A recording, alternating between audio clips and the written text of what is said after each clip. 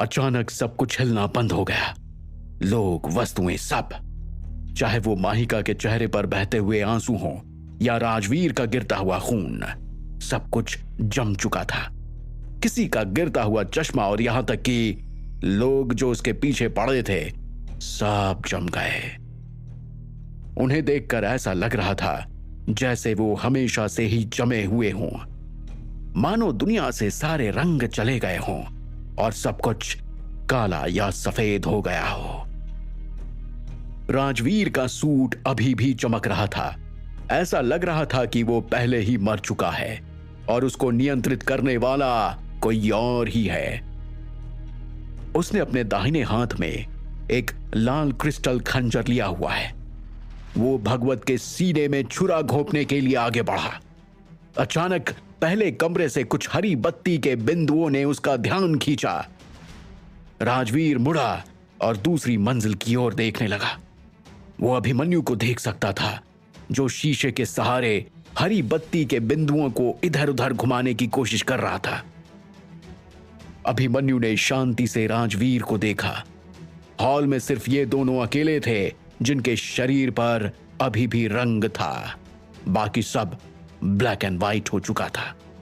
Hall में भयानक सन्नाटा था। अभिमन्यु अचानक उदास और अकेला महसूस करने लगा। उसने महसूस किया कि आसपास के सभी लोग मर चुके हैं और इस अजीब एहसास ने उसके दिल के धड़कनों को तेज कर दिया।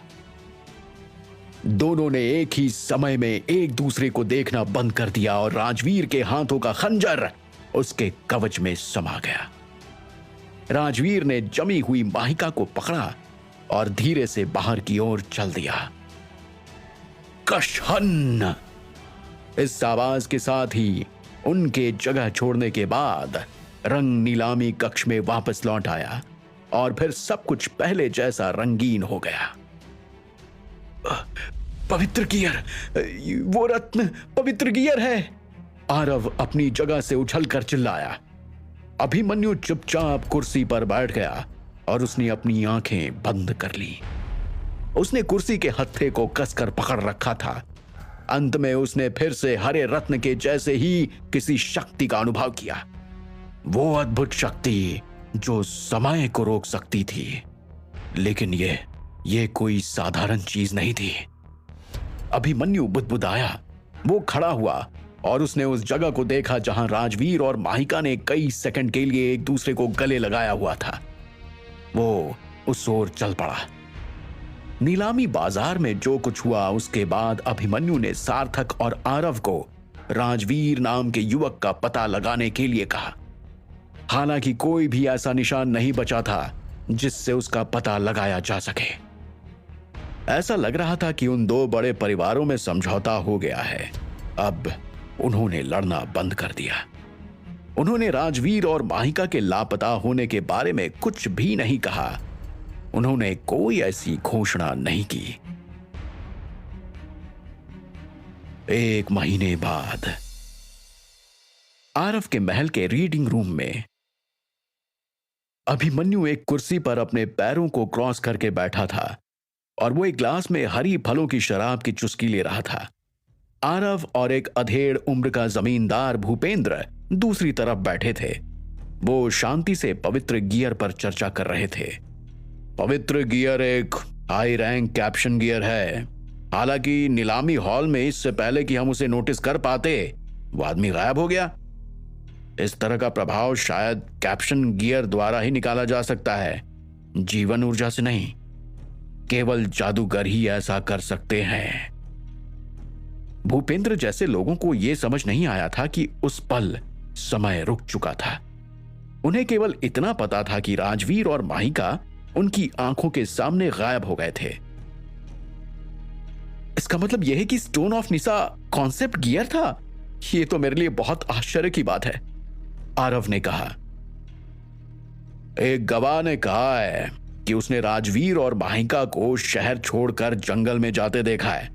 मुझे लगता है कि हमें उन्हें जाने देना चाहिए। इस तरह के लेजेंडरी गियर अचानक हमारे पास नहीं आएंगे और हमें उन पर ज्यादा समय बर्बाद करना नहीं चाहिए। ऊपर से पवित्र गियर का श्राप उसके मालिक को एक किलिंग मशीन में बदल देगा। अब सच पूछा जाए तो मैं ऐसी कोई भी चीज नहीं चाहूंगा अपने लिए, भूपेंद्र ने कहा। आरव देखो, गियर के बिना राजवीर का परिवार निश्चित रूप से कमजोर हो गया है, भूपेंद्र ने आह भरते हुए फिर से कहा। एक कैप्शन गियर पूरे परिवार की नियति बदल देता है। चलो इस बात को यही छोड़ देते हैं। आप चंद्रगिरी में कब तक रहेंगे? आरव ने पूछा। मुझे लगता है कि शायद मैं 10 दिन से ज्यादा रहूंगा। दरअसल मैं इंतजार कर रहा हूं कि कब मेरे लोग मनोरथ प्रदेश से वापस आ जाएं, भूपेंद्र ने कहा। और उसने आगे पूछा, मास्टर अभिमन्यु, मैंने सुना है कि तुम कालचक्र विद्यापीठ से हो। क्या मैं तुमसे एक अजीब प्लेग के बारे में सवाल कर सकता हूं? वो किनारे की ओर मुड़ा और अभिमन्यु की ओर देखने लगा। अभिमन्यु ने सिर हिलाया। वो चुपचाप उनकी बातचीत सुन रहा था। भूपेंद्र ने आह भरी और कहा, दक्षिणी प्रांतों में प्लेग चल रहा है। 3 दिनों के भीतर इन्फेक्टेड रोगी की त्वचा पर छाले हो जाते हैं और फफोले के अंदर पस नहीं बल्कि खून भर जाता है। 3 दिनों के बाद सभी छाले फट जाते हैं और खून की कमी के कारण रोगी की मृत्यु हो जाती है। क्या तुमने भी कभी ऐसे प्लेग के बारे में सुना है? भूपेंद्र का यह वर्णन सुनकर अभिमन्यु के हाव भाव गंभीर हो गए। क्या आपको पूरा यकीन है कि फफोले के अंदर खून है? उसने पूछा। हाँ बिल्कुल, भूपेंद्र ने सिर हिलाया और कहा। हाई लेवल के रईसों ने पहले ही देखा है कि यह प्लेग कितना गंभीर है और उन्होंने इन्फेक्टेड क्षेत्र में स्थिति की जांच करने के लिए डॉक्टरों का एक ग्रुप भी भेज दिया है, लेकिन उनमें से किसी ने भी ये पता नहीं लगाया कि इन्फेक्शन का कारण क्या है। मुझे लगता है कि हजारों लोग पहले ही इससे इन्फेक्टेड हैं और हालत बहुत ज्यादा खराब है। फिलहाल प्लेग ने पहले ही एक बड़े क्षेत्र का सफाया कर दिया है। अभिमन्यु के चेहरे पर अभी भी गंभीर भाव थे। भूपेंद्र, मैं आपसे बस इतना ही कहूंगा कि इस मामले में मुझ पर भरोसा करें। आप इन्फेक्टेड इलाकों के करीब मत जाइए, अभिमन्यु ने गहरी आवाज में कहा। अगर मैं गलत नहीं हूं तो इस प्लेग को ब्लड बॉयल ब्लिस्टर कहा जाता है। जीवित रहने के लिए लोगों का शरीर कम से कम इतना मजबूत होना चाहिए कि वो एक लेवल वाले योद्धा के समान हो। ये कहते हुए भूपेंद्र के भाव फिर से बदल गए और उसने सिर हिलाया। देखिए, मैं तो इस बात का पूरा ध्यान रखूंगा कि मैं वहां ना जाऊं। मैं तो सिर्फ वहां की बातें सुनकर ही असहज महसूस करने लगता हूं और मुझे लगता है कि लगभग 100 साल पहले 1430 में इस तरह की बीमारी आई थी और लगभग 1 लाख लोग मारे गए थे। बहुत से लोग मनोरथ साम्राज्य से बच निकले थे, लेकिन इसे ठीक होने में बहुत समय लग गया था। मेरा सुझाव है कि जितना हो सके उतनी जल्दी इन इन्फेक्टेड इलाकों को नियंत्रित कर देना चाहिए, नहीं तो। अभिमन्यु ने अपनी बात पूरी नहीं की, लेकिन उन दोनों को पता था कि वो क्या कहना चाह रहा था। वैसे भी उन इलाकों को क्वारंटाइन किया जा चुका है, भूपेंद्र ने समझाया। अच्छा, फिर तो ठीक है, अभिमन्यु ने हां में सिर हिलाया। इसके अलावा मैंने कुछ दवाई फॉर्मूले इकट्ठा किए हैं जो आपने कुछ समय पहले मांगे थे, आपको याद है? लेकिन फिर भी मुझे यकीन नहीं है कि क्या ये वही दवाइयां हैं जो आप खोज रहे थे, भूपेंद्र ने कहना जारी रखा। दरअसल मैंने उन्हें राजधानी से यहां आते समय रास्ते में इकट्ठा किया था। मुझे इस दवाई के बारे में पहले नहीं मिला था जब तक कि मैं आपसे नहीं मिला। मुझे उस समय समझ नहीं आया था कि अचानक से आरव ने मुझसे दवाई का फॉर्मूला क्यों मांगा। अभिमन्यु ने मुस्कुराते हुए पूछा, आपके पास कितने फॉर्मूले हैं? 30 से अधिक हैं, भूपेंद्र ने जवाब दिया। मैं किसी से कहकर उसे आपके लिए भिजवा दूंगा। वैसे इसकी कीमत क्या होगी? अभिमन्यु ने पूछा। आरव पैसों का मैटर देख लेगा, वो साल के आखिर तक मुझे भुगतान कर देता है। भूपेंद्र एक योद्धा नहीं था, वो तो बस एक सामान्य जमींदार था और इसलिए विशेष प्रतिभा वाले लोगों से मिलने में उसकी दिलचस्पी थी। आरव उससे पैसे इसलिए नहीं मांगता था क्योंकि उसके लिए उसके पैसों की अहमियत नहीं थी। भूपेंद्र जानता था कि अगर कोई काम मुफ्त में किया जाए तो वो एहसान बन जाता है। उनके साथ अच्छा संबंध बनाए रखने के लिए भूपेंद्र के लिए यह बढ़िया था। अभिमन्यु ने चमकते हाथियों से प्राप्त उसके शरीर के हिस्सों को बेचकर बहुत सारे सोने के सिक्के इकट्ठा कर लिए थे और आरव ने उसे कुछ दवाइयों के फॉर्मूले प्राप्त करने के लिए कहा था। वो जानता था कि आरव का मित्र भूपेंद्र राजधानी से आ रहा है और वो रास्ते में फॉर्मूला इकट्ठा करने में सफल होगा। अभिमन्यु ने पहले से ही पैसे तैयार कर रखे थे, लेकिन वो ये नहीं जानता था कि आरव इसके लिए भुगतान करेगा। पैसों की चिंता तुम मत करो अभिमन्यु, तुम मेरे दोस्त हो और ये बात तुम्हें अच्छे से पता है ना? ये कहकर आरव मुस्कुराया। फिर भी आरव, बहुत बहुत धन्यवाद। अभिमन्यु ने आभार प्रकट किया। दवाई के फॉर्मूले का जादूगर दवाई से कोई लेना देना नहीं था। उनका उपयोग दैनिक उपयोग के लिए बुनियादी दवाई तैयार करने के लिए किया जाता था। अभिमन्यु उनसे डेटा इकट्ठा करना चाहता था। एक बार दवाई बन जाने के बाद जब वो उन्हें बेचता तो लोग उसे हजारों सोने के सिक्के देते और इस बात से अभिमन्यु खुश था। आरव का महल छोड़ने के बाद अभिमन्यु एक काली गाड़ी में बैठ गया और वो अपने हॉल में खरीदे हुए नए घर की तरफ बढ़ गया। करीब 10,000 सोने के सिक्के देकर उसने इसी महीने अपनी दुकान बेच दी थी और एक दूसरी जगह खरीद ली थी। अभिमन्यु ने चमकते हाथियों से करीब 5 लाख सोने के सिक्के जमा किए थे, इसलिए 10,000 सोने के सिक्के उसके लिए अब कोई बड़ी बात नहीं थी। अगर ध्यान की बात की जाए तो उसकी दिमागी शक्ति दवाई की मदद से पहले की तुलना में बहुत अधिक स्थिर हो चुकी थी। हालांकि ब्लैक लेड पोशन के साइड इफेक्ट और नेगेटिव एनर्जी इन्फेक्शन की वजह से उसकी सहन शक्ति थोड़ी कम हुई थी। अभिमन्यु ने हाल के दिनों में दवाई और मंत्रों के प्रयोग के अलावा और कुछ नहीं किया। हालांकि उसने कई बार ईशानी के तलवार कौशल की शिक्षा पर ध्यान भी दिया था और उसे कुछ नई टेक्निक सिखाई थी। उसका एकमात्र टाइम पास सार्थक और आरव से मिलना था। वो हमेशा ही सार्थक और आरव के साथ वक्त गुजारना पसंद करता था। अभिमन्यु की दिमागी शक्ति कुछ समय पहले ही बढ़ना बंद हो गई थी। हालांकि उसे कुछ और नाइट हनीकॉम्ब मिले थे, लेकिन ऐसा लग रहा था कि उसके शरीर ने दवाई के प्रभावों का विरोध करना शुरू कर दिया है। ध्यान करने से भी उसे कोई फायदा नहीं हो रहा था। अभिमन्यु ने सोचा कि वो पहले से ही एक स्टूडेंट की सीमा तक पहुंच चुका है और जादूगर बनने की जरूरत को पूरा कर चुका है। इसलिए वो इस बात को बिल्कुल भूल जाना चाहता था कि स्कूल में उसे दोबारा एडमिशन लेने के लिए बुलाया जाएगा। शायद ऐसा अब नहीं होने वाला था। अपने मौजूदा लेवल को तोड़ने के लिए उसे अभी भी वाटर ऑफ टीयर्स और रक्षात्मक मंत्र की जरूरत थी। तो उसके लिए ये चीजें बहुत काम आने वाली थी। हालांकि कालचक्र विद्यापीठ के बारे में कोई नई जानकारी नहीं थी, लेकिन अभिमन्यु स्कूल के बारे में नई जानकारी पाना चाहता था। सर्दी का मौसम था। अभिमन्यु गाड़ी में बैठा हुआ था। सूरज की किरणें खिड़की से उसके हाथों से टकरा रही थी, लेकिन वो गर्मी उसे महसूस नहीं हो रही थी। उसके चेहरे पर ठंडी हवाएं चल रही थी। सर्दी का मौसम मुझे अच्छा नहीं लगता है, इसमें मैं कंफर्टेबल महसूस नहीं करता।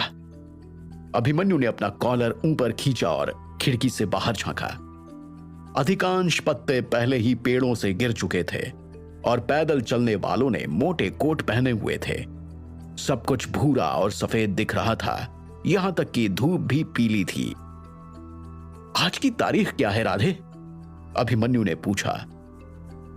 अभिमन्यु ने राधे आदिशंकर नाम के एक व्यक्ति को किराए पर कोचमैन के तौर पर रखा था। वो अपना अंतिम नाम नहीं जानता था और सोचता था कि राधे सिर्फ एक कोड नेम है। मास्टर अभिमन्यु, आज की तारीख है नवंबर 18। राधे ने जवाब दिया। अच्छा, आज 18 तारीख है।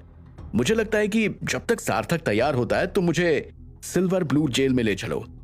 मैं अभी घर नहीं जा रहा हूं। अभिमन्यु ने बोला। समझ गया मास्टर। गाड़ी तेज हो गई और सड़क के अगली मोड़ पर बाईं ओर मुड़ गई। ठंडी हवा के झोंकों से उड़ते हुए पत्ते पहिए के नीचे आकर वापस हवा में तेजी से उड़े जा रहे थे। सिल्वर जेल एकमात्र ऐसी जेल थी जिसमें कैदियों को फांसी दी जाती थी। जेल शहर से दूर था और यह जंगल से घिरा हुआ था। इसके लिए कई इमारतों का निर्माण किया गया था और हर जगह भयानक खामोशी थी। जिस तरह किसी चर्च का ऊपरी हिस्सा नुकीला होता है, वो बिल्कुल वैसी ही थी। इमारतों के बाहर लकड़ी के बाड़े बनाए गए थे और क्षेत्र में गश्त करने वाले गार्ड्स की टीम थी। गार्ड के चेहरे पर कोई भाव नहीं थे क्योंकि वे भारी काले कवच सूट पहनकर चल रहे थे। उनमें से अधिकांश के हाथों में तलवारें थीं, जबकि अन्य की पीठ पर लोहे के हथौड़े। वहां हर घंटे कैदियों को जान से मारा जा रहा था और इमारतों से बाहर से उनकी मौत की चीखें सुनी जा सकती थीं। एक काली गाड़ी जेल की ओर आ रही थी। वो गाड़ी धीरे धीरे पार्किंग क्षेत्र में जाकर रुक गई। हम आ गए मास्टर अभिमन्यु। कोचमैन एक अधेड़ उम्र का व्यक्ति था। अभिमन्यु ने दरवाजा खोला और गाड़ी से बाहर उतरा। उसने लंबे चमड़े के जूतों के साथ काले रंग का शिकार सूट पहना हुआ था। तभी गार्ड की एक टीम गाड़ी की ओर चल दी। मास्टर अभिमन्यु, सार्थक ने हमें पहले ही सूचित कर दिया है, इसलिए आपको जेल में प्रवेश करने की अनुमति है। हालांकि कोचमैन को बाहर रहना होगा, जेलर ने कहा। अभिमन्यु ने रहस्य भरी नजरों से जेल के चारों तरफ देखा। चारों तरफ सन्नाटा फैला हुआ था। अभिमन्यु जेल में क्या करने आया है? क्या है उसके छिपे हुए इरादे? अभिमन्यु ने सिर हिलाया। जेलर का चेहरा हेलमेट से ढका हुआ था और उसकी आवाज कुछ अस्पष्ट थी। मैं जानता हूं। अभिमन्यु गार्ड के पीछे चला गया और अंदर की इमारतों में से एक की ओर बढ़ गया। वो कैदियों को चिल्लाते और शोर मचाते हुए सुन सकता था। यहां का वातावरण ठंडा और भारी था। अभिमन्यु ने चारों ओर देखा और जीरो को उस क्षेत्र में एनर्जी की जांच करने के लिए कहा। काला जादू नेगेटिव एनर्जी एकाग्रता 65.72%। जीरो ने सूचना दी। अच्छा ठीक है, अभिमन्यु बुदबुदाया। लॉन की घास काफी नर्म थी और अभिमन्यु को उस पर चलने का मन कर रहा था। वो एक इमारत के पास रुका और एक भूरे रंग के गेट पर दस्तक दी। दरवाजे पर एक छोटी सी खिड़की खोली गई और एक गार्ड ने उसमें से झांका। मास्टर अभिमन्यु, आप अंत में यहां आ ही गए, लेकिन वो मर रही है, गार्ड ने कहा और जल्दी से दरवाजा खोल दिया। लेकिन यह अच्छा है कि वो अभी भी जीवित है, अभिमन्यु ने ठंडी आवाज में जवाब दिया। अंदर काले पत्थर के फर्श के साथ एक दालान था और दोनों तरफ से छोटी खिड़कियों के माध्यम से धूप आ रही थी। अभिमन्यु को वो जगह अच्छी नहीं लगी। अभिमन्यु के चेहरे पर अजीब से भाव आ रहे थे। इस जगह से हमेशा बदबू आती रहती है। मुझे आशा है कि इससे आपको कोई आपत्ति नहीं होगी, यह कहकर गार्ड मुस्कुराया। आप इस दीपक को अपने साथ ले जा सकते हैं, आपको रास्ता देखने में आसानी होगी, उसने दीपक को अभिमन्यु के हाथ में देते हुए कहा। तुम्हारा धन्यवाद। अभिमन्यु दीपक को पकड़कर आगे की ओर बढ़ गया। वो बहुत अधिक सिहरन महसूस कर रहा था क्योंकि वहां ठंड बहुत थी। दालान से नीचे उतरकर वो जल्दी से एक पत्थर की कोठरी में पहुंचा। कोठरी के बीच में एक सीढ़ी थी जो अंडरग्राउंड होकर जा रही थी। ये एक टूटे हुए कुएं की तरह लग रहा था। अभिमन्यु ने नीचे देखा तो दीवारों पर मशालें लगी हुई थीं और अंडरग्राउंड एरिया रोशन था। अभिमन्यु वहां कैदियों की भयानक चीखें साफ सुन सकता था। उसका मन कुछ अजीब होने लगा। फिर भी वो सीढ़ियों से नीचे उतर गया। किनारों पर खाली कमरे थे जिनको देखकर लगता था 30 सालों से वहां कोई नहीं रह रहा है। हालांकि अभिमन्यु उनमें खून के सूखे धब्बे देख सकता था। अंडरग्राउंड एरिया में बहुत दुर्गंध आ रही थी। ये जगह कुछ अजीब थी और भयानक लग रही थी। गश्त करने वाले कई पहरेदार अभिमन्यु की ओर आए और उसे प्रणाम किया। जब वो अभिमन्यु के मार्ग का नेतृत्व कर रहा था तो कप्तान ने अन्य लोगों को गश्त करते रहने के लिए कहा। कप्तान बाईं ओर एक सेल के पास रुका और अपने साथ रखी एक चाबी से उसे खोला। जिस शख्स को आप ढूंढ रहे हैं वो इसी सेल में है, लेकिन मेरा सुझाव है कि आप यहां बहुत लंबे समय तक ना रुके। वो मर रही है और मुझे संदेह है कि कहीं वो रात में ही ना मर जाए, कप्तान ने धीमी आवाज में कहा। अभिमन्यु ने हां में सिर हिलाया और सेल के अंदर चला गया। अंदर एकमात्र बिस्तर था जो कि गेहूं के भूसे के ढेरों से बना हुआ था। एक महिला उस पर लेटी हुई थी जिसका रंग काला था। उस औरत से दुर्गंध आ रही थी क्योंकि उसका घाव सड़ चुका था और वो दुर्गंध पूरे कमरे में फैल रही थी। अभिमन्यु ने यह सब देखा और उसे लगा कि वो खुद बीमार हो रहा है। वो बीमार जैसा महसूस करने लगा। अब भी सांसें चल रही हैं तुम्हारी माया? अभिमन्यु ने माया को अपनी बूट से लात मारी। माया थोड़ा हिली और कुछ देर तक संघर्ष करती रही। उसने अपना सिर घुमाया और धीरे से अपनी आंखें खोली। तुम कौन हो? उसने कराहती हुई आवाज में पूछा। वो बहुत कमजोर लग रही थी। अभिमन्यु ने देखा कि माया का शरीर बहुत कमजोर लग रहा है। हालांकि उसका चेहरा एक नकाब से ढका हुआ था, पर नकाब में ढकी होने के बावजूद भी उसकी आंखें बड़ी सुंदर लग रही थीं। उसने सोचा कि शायद इसकी सुंदरता सिर्फ इसकी आंखों में है। हालांकि उसे इस बात की कोई परवाह नहीं थी कि माया सुंदर है या नहीं। अभिमन्यु के लिए वो सिर्फ एक वस्तु थी जो उसे अपने लक्ष्य तक पहुंचने में मदद करेगी। साथ ही इतने गंदे माहौल में वो और कुछ सोच भी नहीं सकता था।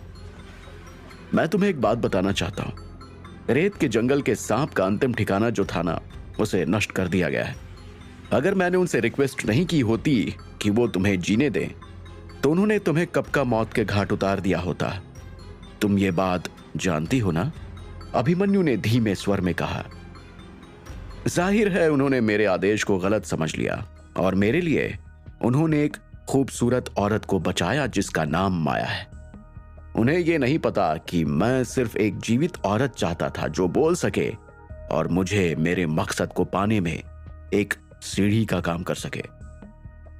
जमीन पर पड़ी माया ने अभिमन्यु को नफरत से देखा और कहा, क्या तुम मुझसे मेरी जान बचाने के लिए धन्यवाद बुलवाना चाहते हो? माया की बात सुनकर अभिमन्यु ने चिढ़ते हुए तुरंत पूछा, तुम किस पर हंस रही हो? एक कैदी के तौर पर तुम्हें मेरी दयालुता की सराहना करनी चाहिए, समझी तुम? अरे जाओ, पहले तुम अपने आप को मारो, उसके बाद मेरी मौत की बात करना। तुम एक धोखेबाज कमीने हो, कीड़े हो तुम। तुम्हें लगता है कि मैं तुम्हारी बकवास पर भरोसा करूंगी? माया ने अपनी आवाज बढ़ाने की पूरी कोशिश की। ऐसा लग रहा था जैसे गुस्से ने उसे पागल कर दिया हो। देखो माया, चंद्रगिरी शहर के साथ तुम्हारी क्या प्रॉब्लम है मुझे उससे कोई लेना देना नहीं है, लेकिन एक चीज जिसकी मुझे परवाह है वो है ड्रैगन स्केल फ्लावर। अभिमन्यु ने शांति से कहा। एक मिनट, क्या तुम्हें सच में लगता है कि रेत के जंगल का सांप ही सब कुछ है और तुम्हें वो चीज मिल गई है जो तुम खोज रहे थे? तुम्हें ऐसा लगता है? माया ने ताना मारा। वो लगातार अभिमन्यु को घूर रही थी। अभिमन्यु, तुम बस इस चीज के लिए रुके हो? अभिमन्यु ने माया की बात सुनकर शांति से कहा। फिर से वही सारी बातें। मुझे परवाह नहीं है कि तुम क्या करती हो, क्या सोचती हो। तुमसे मुझे सिर्फ एक चीज चाहिए और वो है ड्रैगन स्केल फ्लावर के बारे में डिटेल्स। मुझे बताओ कि इसे कहां ढूंढा जाए और फिर मैं तुम्हें यहां से जाने देने के बारे में सोच सकता हूं। अभिमन्यु ने उसकी तरफ देखा। हालांकि उसे अब ड्रैगन स्केल फ्लावर की आवश्यकता नहीं थी, फिर भी वो स्कूल लौटने के बाद भी अन्य संसाधनों के व्यापार के लिए इसका उपयोग करना चाहता था। इस कारण से वो फूल के बारे में सुराग खोजने की पूरी कोशिश कर रहा था। कमीने! माया गुस्से में बोली। अभिमन्यु ने अपने शब्दों को दोहराया। मैंने तुम्हें पहले ही कहा था, अगर तुम मुझे बता दो कि मुझे वो चीज कहां मिल सकती है तो मैं तुम्हें जाने दूंगा। मुझे पता है कि तुम इसे कहां से हासिल कर सकते हो, लेकिन मुझे तुम पर भरोसा क्यों करना चाहिए? तुम जैसा नीच आदमी अपना वादा कभी नहीं निभाता। माया ने अपना सिर दीवार की ओर कर लिया और गुस्से से बोली। तुम! अभिमन्यु अब चिड़चिड़ा हो रहा था। तुम जो चाहे करो कमीने। मैं वो फूल एक कुत्ते को खिला दूंगी, लेकिन तुम्हें नहीं दूंगी। अभिमन्यु ने कुछ नहीं कहा, चुपचाप माया को देखता रहा। थोड़ी देर बाद माया ने थोड़ा शांत होकर पूछा, तुम मुझसे चाहते क्या हो, वो बताओ। अभिमन्यु अभी भी शांत ही था। माया नहीं जानती थी कि अभिमन्यु इतना गंभीर क्यों है, और उसने कुछ देर सोचा। सोचने के बाद उसने कहा, पहले मुझे यहां से बाहर निकालो, यहां बहुत गंदगी है। उसने कहा, ओह, तुम पूरी बिजनेस वुमेन की तरह हो, अपनी बात मनवाना चाहती हो। अभिमन्यु वापस मुड़कर बाहर चला गया और उसने पहरेदारों से बात की। 10 मिनट बाद माया को एक साफ सुथरे कमरे के बीच एक कैंप फायर में ले जाया गया, जो कि लाउंज में था, और अभिमन्यु ने गार्ड्स को जाने के लिए कहा। वहां पहुंचते ही माया एक लंबी कुर्सी पर लेट गई। अभिमन्यु ने उसे देखा और ठंडे स्वर में कहा, अब मुझे फूलों के बारे में बताओ। अभी नहीं, माया ने भी ठंडे स्वर में जवाब दिया। मुझे एक गिलास दूध और कुछ रोटी दो, मुझे भूख लगी है। अभिमन्यु के कहने पर पहरेदार तुरंत सफेद ब्रेड और दूध लेकर आ गए। वो अपने पैरों को क्रॉस करके एक कुर्सी पर बैठ गया और देखने लगा कि माया रोटी कैसे खा रही है। वो अपने दोनों हाथों से लगातार खाए जा रही थी, क्योंकि वो बहुत भूखी थी। न जाने उसने कब से खाना नहीं खाया था। और कुछ चाहिए तुम्हें? चाहिए तो बता दो, अभिमन्यु ने पूछा। माया ने सिर उठाया और अभिमन्यु की ओर देखा। पहले मुझे नहाने दो, दूसरा मुझे यहां से बाहर निकालो, उसके बाद ही मैं तुम्हें ड्रैगन स्केल फ्लावर के बारे में सब कुछ बताऊंगी जो मैं जानती हूं। जरूर। यह कहकर अभिमन्यु ने सोचा कि माया कुछ ज्यादा डिमांड नहीं कर रही है। तुम्हें कैदी को रिहा करने का अधिकार किसने दिया, मास्टर अभिमन्यु? उसी वक्त कोई पीछे से चिल्लाया। लाउंज के दरवाजे को जोर से धक्का देते हुए सफेद चमड़े के कवच सूट में एक लंबा आदमी अंदर चला रहा था। उस आदमी ने अपनी तलवार के हैंडल पर अपना दाहिना हाथ रखा था, पर वो थोड़ा सा परेशान दिख रहा था। मुझसे इस तरह सवाल करने का हक तुम्हें किसने दिया, योद्धा विवान? अभिमन्यु के हाव भाव बदल गए और वो उठ खड़ा हो गया। योद्धा विवान भगवत परिवार के लिए काम करता था। वो उस दिन नीलामी हॉल में भी था, लेकिन किसी कारण से जब उसने अभिमन्यु को पहली बार देखा, उसी समय से वो अभिमन्यु को पसंद नहीं करता था।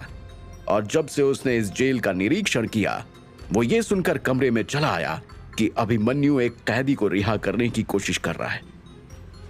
मेरी परमिशन के बिना किसी भी कैदी को यहां से रिहा नहीं किया जा सकता, विवान ने ठंडे स्वर में कहा। अच्छा, तुम्हारे परमिशन के बिना? तुम होते कौन हो? तुम भगवत परिवार के कुत्ते के अलावा और कुछ नहीं हो। मेरे फैसले पर सवाल उठाने की तुम्हारी हिम्मत कैसे हुई? अभिमन्यु ने तेज भरे स्वर में कहा। अभिमन्यु की बातें सुनकर विवान ने अचानक अपनी तलवार खींच ली और गुस्से में अभिमन्यु की तरफ देखने लगा। इससे पहले कि विवान अपनी तलवार से वार करता, अचानक उसने दरवाजे के बाहर से पहरेदारों की आवाजें सुनी। अरे सर शिव, वो वापस आ गए हैं। विवान ने अपनी तलवार म्यान में रख दी। तुम भाग्यशाली हो, शिव वापस आ गया है, अन्यथा मैं तुम्हारे जैसे अभिमानी गधे को कब का लात मार देता। विवान अपने दांतों को पीसते हुए बोला। अभिमन्यु ने ताना मारते हुए कहा, ये तो मैं भी कर सकता हूं। विवान ने अभिमन्यु को कुछ देर तक देखा, फिर वो पीछे मुड़ गया। विवान ने अपना दाहिना हाथ घुमाया और कुर्सी पर बैठी माया की ओर एक चांदी की चमक उड़ी। ये चांदी का खंजर था। अब तुम्हें मेरे हाथों से कोई नहीं बचा पाएगा, अभिमन्यु गुस्से में चिल्लाया। उसने जल्दी से कुर्सी को लात मारी और माया को नीचे गिरा दिया। माया की जान बचाने के लिए उसका रिएक्शन काफी तेज था। अभिमन्यु ने अपने दाहिने हाथ को नेगेटिव एनर्जी कणों से ढक लिया और विवान के चेहरे पर उससे प्रहार करने की कोशिश की। विवान जानता था कि अभिमन्यु उस पर वार करेगा, इसलिए वो जल्दी से पीछे हट गया। अभिमन्यु ने सोचा कि अभी विवान के साथ झगड़ा करने से ज्यादा जरूरी है उसका यहां से सही सलामत माया को लेकर निकल जाना। इसलिए वो बहुत गति से तलवार चलाते हुए आगे की तरफ बढ़ता रहा। रास्ते में आते हुए हर गार्ड को उसने तलवार से मार गिराया, लेकिन माया अभिमन्यु की तेज गति को मैच नहीं कर पा रही थी। वो बहुत ज्यादा जख्मी और बीमार थी, इसलिए उसे चलने में बहुत मुश्किल हो रही थी। कोई और रास्ता ना देखते हुए अभिमन्यु ने माया को अपने कंधे पर उठा लिया और तेजी से आगे बढ़ता हुआ जेल की ऊंची चार दीवारी के पास पहुंच गया। चार दीवारी बहुत ऊंची थी और उसे जंप करके पार करना बहुत ही ज्यादा मुश्किल। जीरो, सामने वाली दीवार को जंप करके पार करने के लिए कितनी स्पीड की जरूरत है? स्पीड होनी चाहिए 6.0। जीरो ने तुरंत जवाब दिया। अगले ही पल माया को अपने कंधे पर डाले हुए अभिमन्यु हवा की तेजी से दौड़ता हुआ चार दीवारी को जंप करके उस पार पहुंच गया। अब अभिमन्यु ने माया को जमीन पर उतारा और वो दोनों जंगल की तरफ आगे बढ़ गए। माया अब थोड़ा बेहतर महसूस कर रही थी। चलते हुए एक टक अभिमन्यु को घूर रही थी। उसके मन में विचार आ रहा था कि उसे अभिमन्यु पर भरोसा करना चाहिए या नहीं, क्योंकि अभी अभी अभिमन्यु ने जान पर खेलकर उसे जेल से बाहर निकाला है। अभिमन्यु ने देखा कि माया उसे एक टक निहार रही है। तुम मुझे ऐसे क्यों देख रही हो? अभिमन्यु ने पूछा और आगे कहा, मुझे अपने बारे में कुछ बताइए माया जी। माया ने अभिमन्यु की तरफ से अपनी आंखें फेर ली। बस मुझे माया बुलाओ। वो क्या है ना कि इतनी इज्जत पाने की आदत नहीं है मुझे। अब ऐसा लग रहा था कि वो शांत हो रही है। तुमने विवान के हमले को रोककर मेरी जान बचाई। क्या मैं जान सकती हूं कि तुमने ऐसा क्यों किया? क्या इसका कारण सिर्फ तुम्हारा मकसद था? अभिमन्यु माया के सवाल के लिए बिल्कुल भी तैयार नहीं था। उसे समझ नहीं आ रहा था कि वो क्या जवाब दे। देखो माया, उसने मेरे लिए कोई और रास्ता ही नहीं छोड़ा, अभिमन्यु ने जवाब दिया। ठीक है, मुझे लगता है कि तुम सच कह रहे हो। वैसे भी मुझे तुम्हारे इस शहर की राजनीतिक लड़ाई में कोई दिलचस्पी नहीं है, माया ने आगे कहा। अभिमन्यु, मुझे लगता है कि तुम जानते हो कि भगवत परिवार की शक्ति के पीछे किसका सपोर्ट है, और मैं समझ सकती हूं कि तुम उनके साथ लड़ाई क्यों नहीं करना चाहते। क्या अभिमन्यु को माया की रिहाई की कीमत चुकानी पड़ेगी? क्या अब भगवत और विवान अभिमन्यु की जान के पीछे पड़ जाएंगे? अभिमन्यु बहुत गौर से माया के चेहरे की तरफ देख रहा था। तुम मुझे समझदार लग रही हो, शायद तुम बहुत कुछ जानती हो, है ना? यह कहकर अभिमन्यु मुस्कुराया। वैसे मैंने उन्हें पहले ही चेतावनी दे दी थी और इसका मतलब यह नहीं था कि मैं डर गया था। मेरे लिए उनके पूरे परिवार के साथ सिर्फ एक कैदी के लिए लड़ाई करने का कोई मतलब नहीं था। मैं हमेशा फायदे का सौदा करना पसंद करता हूं और इस लड़ाई से मेरा सिर्फ नुकसान ही होता। माया हैरानी से अभिमन्यु के चेहरे को देख रही थी। वो ये बात अच्छे से जानती थी कि अभिमन्यु अभी भी कालचक्र विद्यापीठ का स्टूडेंट था। जब तक जादुई काली पीठ द्वारा स्कूल को नक्शे से मिटा नहीं दिया जाएगा, यह अभिमन्यु को साम्राज्य में एक बड़े परिवार के खिलाफ लड़ने में मदद करेगा। लेकिन और भी चीजें थी जिन पर अभिमन्यु को अभी विचार करने की जरूरत थी। इसके अलावा अभिमन्यु ने हमेशा यह माना कि उन टॉप परिवारों के पास रहस्यमयी शक्ति का ज्ञान होने के कारण जादूगर उनकी मदद कर रहे थे। लेकिन ऐसा लग रहा था कि योद्धा विवान को पता नहीं था, जब तक उसने अभिमन्यु पर हमला नहीं कर दिया, कि वो कितना स्ट्रांग है।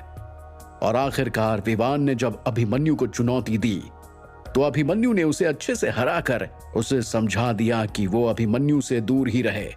यही कारण था कि उसने विवान को नहीं मारा।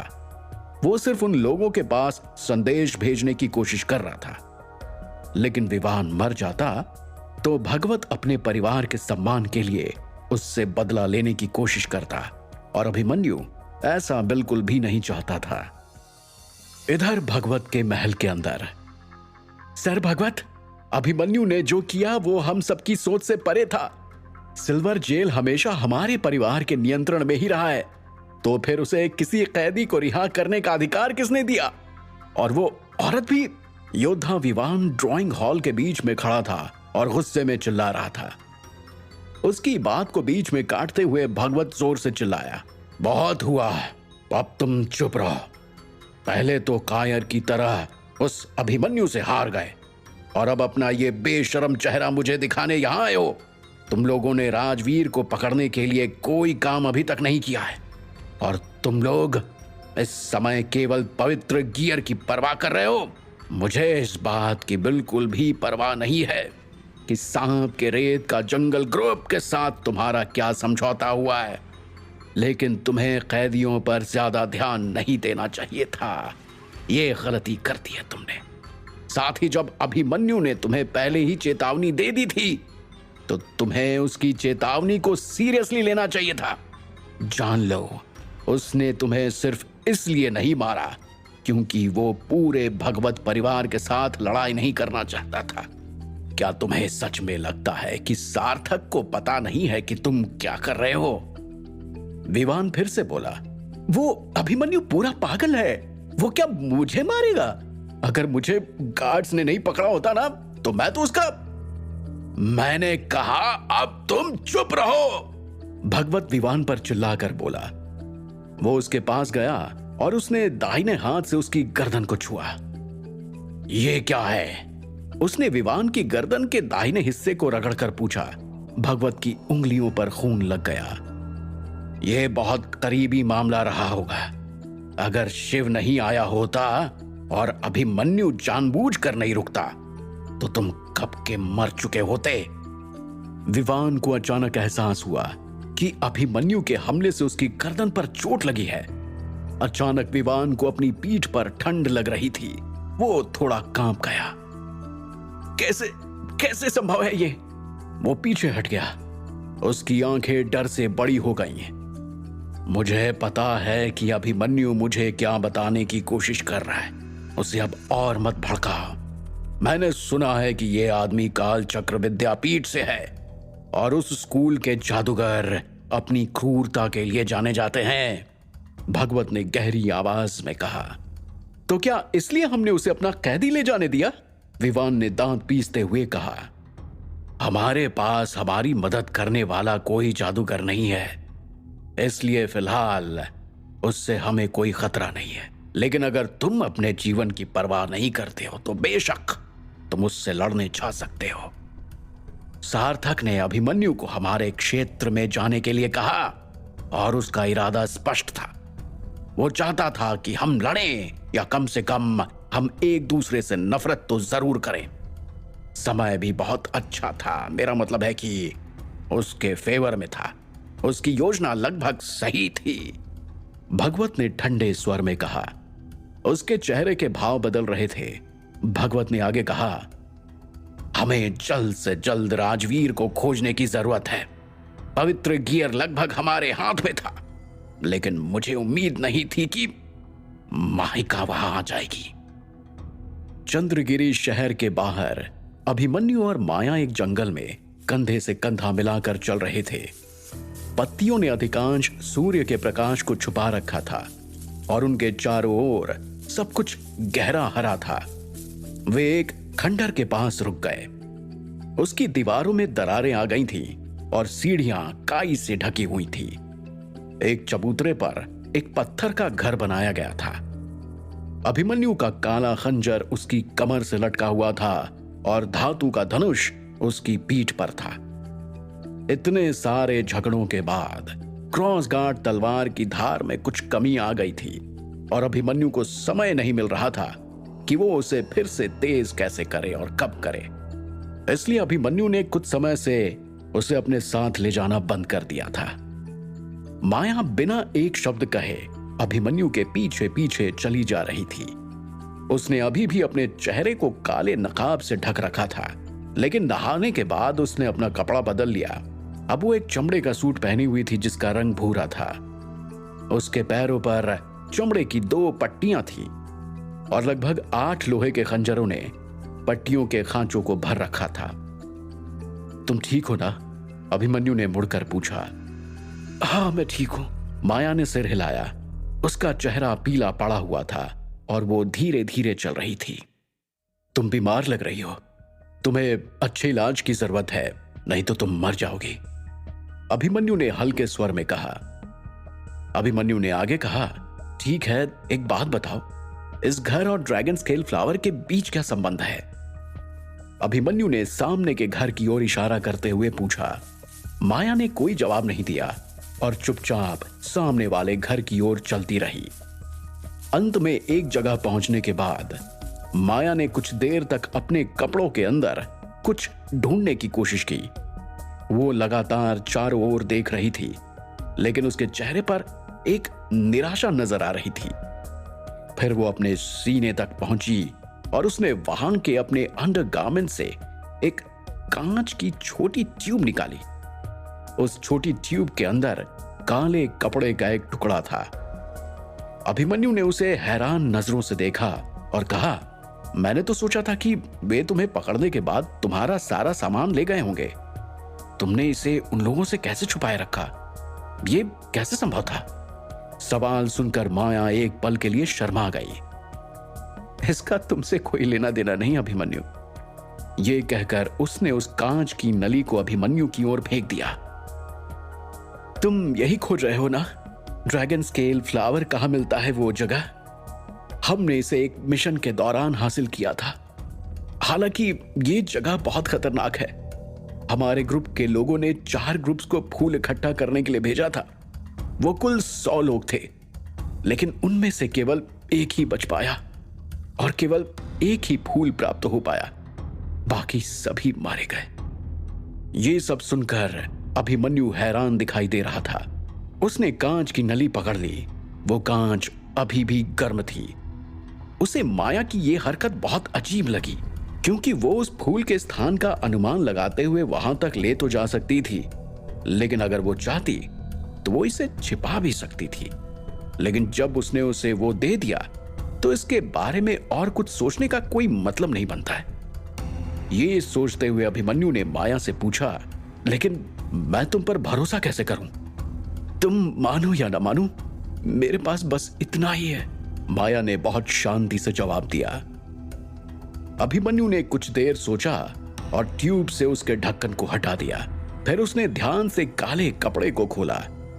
कपड़े पर सफेद रंग से बना एक नक्शा था, जिसमें विभिन्न बिंदुओं के साथ कई शब्द लिखे हुए थे। नक्शे पर एक खोपड़ी का निशान था और इसे लाल रंग में मून जिन मनोर के रूप में चिन्हित किया गया था। अभिमन्यु ने उस पर चंद्रगिरी शहर का मानचित्र भी पाया, लेकिन यह खोपड़ी के निशान से बहुत दूर था। उसने हैरानी से अपनी भौहें ऊपर कर ली। तभी माया बोली, इस कपड़े को लगभग 1 सप्ताह पहले ट्यूब के अंदर डाल दिया गया था, लेकिन इससे पहले कई बार नक्शा ठीक किया गया है। तुम्हें इसमें बहुत मेहनत करनी पड़ेगी, जो कि तुम कर भी रहे हो, इसलिए मैं तो तुम पर भरोसा करूंगी। अभिमन्यु ने अपना सिर उठाया और देखा कि माया उसे घूर रही थी। तुम मुझे ऐसे क्यों देख रही हो? अभिमन्यु ने उसकी ओर देखते हुए बोला। बस ऐसे ही देख रही हूं। तुम बहुत अच्छे हो। मुझे खुशी है कि मैंने तुम पर हमला नहीं करने का फैसला किया। उसकी आंखों में डर था। अच्छा, अब तुम जा सकती हो। अभिमन्यु ने अभी जो कहा, माया ने उसकी परवाह नहीं की। क्या तुम सच में चाहते हो कि मैं यहां से चली जाऊं? माया को उम्मीद नहीं थी कि अभिमन्यु उसे जाने देगा। बेशक चली जाओ, कोई प्रॉब्लम नहीं है मुझे। अभिमन्यु ने सिर हिलाया। अगर तुम मेरे किसी काम की नहीं हो तो तुम जा सकती हो। माया ने कुछ देर तक अभिमन्यु को देखा। फिर जब उसे यकीन हो गया कि अभिमन्यु उसका कोई नुकसान नहीं करेगा, तो वो धीरे धीरे पीछे हटी और भागते हुए जंगल की ओर मुड़ी और जल्द ही झाड़ियों में गायब हो गई। अपने हाथों में काले कपड़े को देखता हुआ अभिमन्यु वहीं खड़ा रह गया। मुझे उम्मीद है कि तुमने मुझसे झूठ नहीं बोला होगा, अभिमन्यु बुदबुदाया और हवा में एक लाल रंग की रोशनी छोड़ दी। वो रोशनी हवा में कुछ देर तक घूमती रही और फिर चमकती हुई जंगल के अंदर माया की पीठ पर जा लगी। वो लाल रोशनी की बिंदी तेजी से माया के पीठ पर चमक रही थी, लेकिन माया ने उस पर ध्यान नहीं दिया। शाम को चंद्रगिरी शहर के एक शांत आवास क्षेत्र में यहां के सभी घरों को लाल पत्थर के ब्लॉक से बनवाया गया था और सड़कें काली स्लेट से ढकी हुई थीं। एक चौराहे के बीच में एक कांस्य से बनी देवी की मूर्ति थी। देवी के हाथ में एक फूलदान था और वो उसे नीचे की ओर पकड़े हुए थी। देवी के चारों ओर कुछ सफेद तो कुछ पीले रंग के फूल उगे हुए थे। रात के दौरान सड़कों पर भयानक सन्नाटा था। आसपास एक भी गाड़ी या पैदल यात्री नहीं था। सूखे पत्ते जमीन पर गिरे हुए थे और हवा तेज चल रही थी। मूर्ति के सामने एक घर की दूसरी मंजिल पर अभिमन्यु हाथ में हॉट चाय का प्याला लिए बालकनी में खड़ा था। वो वहां खड़ा प्याले से घूंट ले रहा था। उसने अपना हाथ रेलिंग पर रखा और नीचे देखा। फिलहाल इस घर में केवल वो और ईशानी रहते थे। ईशानी हर दिन पूरे घर की सफाई करती, किराने की खरीदारी करती और अभिमन्यु के लिए खाना भी बनाती। ईशानी ने उसका बहुत ख्याल रखा था और उसे कभी कभी तो ये लगता कि उसकी जिंदगी सिर्फ अभिमन्यु के इर्द गिर्द घूम रही है। ये घर और पूरा हाउसिंग एरिया वास्तव में आरव के अनुसार भूतिया था। लोगों का मानना था कि इस घर में भूत रहते हैं, इसलिए इस जगह की कीमत बहुत गिर गई थी और अधिकांश मालिक दूसरी जगहों पर चले गए थे। इसलिए अभिमन्यु ने इस क्षेत्र के सभी जगहों को खरीद लिया। इस इलाके में लगभग 10 घर थे और अभिमन्यु ने उन सभी को खरीद लिया था। उसने प्रॉपर्टीज के चारों ओर दिमागी शक्ति बाढ़ का निर्माण किया और गश्त के लिए गार्ड्स को काम पर लगा लिया। वो मजदूरों के वेतन, सड़क की सफाई और बगीचे के रखरखाव सहित हर चीज के लिए बहुत अधिक पैसे अदा करता था। वहां चारों ओर यह अफवाह फैली हुई थी कि इस एरिया में डरावने भूत रहते हैं, पर अभिमन्यु का अभी तक किसी भी भूत से सामना नहीं हुआ था। उस दिन बहुत ठंडी हवा चल रही थी। अभिमन्यु ने कुछ और हॉट चाय की चुस्की ली और कमरे के अंदर चला गया। वो जो हॉट चाय पी रहा था वो एक विशेष पौधे से बनाई गई थी जिसे उसे मिस्टर आदि शंकर ने दिया था। अभिमन्यु ने ये चाय पहली बार उनके घर में ही पी थी और पीते ही उसे ये बहुत ज्यादा पसंद आ गई। अब अभिमन्यु अपने बेडरूम में लौट आया, मेज के पास बैठ गया। वहां एक दिया जल रहा था। तेल के उस दिए के बगल में एक चमड़े का स्क्रॉल था जिस पर एक सख्त लाल रेखा खींची हुई थी। अभिमन्यु ने उसे उठाया और उसका सील तोड़ दिया। स्क्रॉल के दोनों किनारों पर 2 कांच की छड़ें थीं, इसलिए वो उन्हें साइड में घुमाकर आसानी से खोल सकता था। स्क्रॉल पर कुछ डेटा काली स्याही से लिखा हुआ था। उस डेटा को देखते ही अभिमन्यु की आंखें आश्चर्य से बड़ी हो गईं। उसने सोचा कि उसके आसपास कितनी तेजी से घटनाएं बदल रही हैं और इन बदलती हुई घटनाओं में क्या वो अपने लक्ष्य तक पहुंच पाएगा। आखिर ऐसा क्या था उस स्क्रॉल में? क्या इस नए मकान में अभिमन्यु का सामना सच में भूतों से होगा?